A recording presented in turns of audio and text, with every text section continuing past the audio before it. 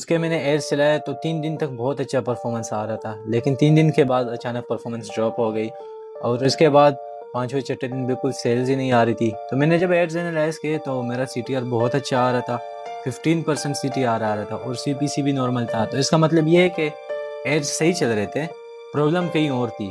अब मैंने इसकी बायर जर्नी को एनालाइज किया तो एड्स में कोई प्रॉब्लम नहीं थी। तो फिर मैं उनकी वेबसाइट पर गया जो हमारा लैंडिंग पेज था। अब उनकी वेबसाइट इस तरह थी, वो एक थ्रिफ्ट स्टोर था, यानी थ्रिफ्ट शूज़ बेच रहे थे। तो उसमें तो ये होता है, आपको पता है, जिस तरह कि आपने एक पेयर ख़रीदा तो वो आउट ऑफ स्टॉक हो गया। अब जब लैंडिंग पेज मैंने खोला तो उसमें जो 30-35 पेयर्स दिख रहे थे, जो प्रोडक्ट्स दिख रहे थे, उसमें मोस्टली ज़्यादातर चीज़ें ही आउट ऑफ स्टॉक थी। तो फिर मैंने उनको बताया कि सबसे पहले आप ये आउट ऑफ स्टॉक हटाएँ, क्योंकि जैसे ही कस्टमर इस पे आता है तो वो देखता है सारी चीज़ें ही आउट ऑफ स्टॉक है, तो वो ज़्यादातर स्क्रॉल करता ही नहीं है, नीचे जाता ही नहीं है, वो वहीं से रिटर्न हो जाता है।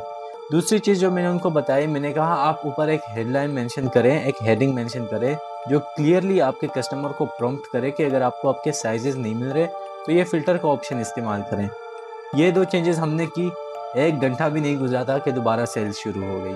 तो इसी तरह यही बात है कि एड्स ऑफ करने से पहले आपको अपनी बायर जर्नी समझ में आनी चाहिए।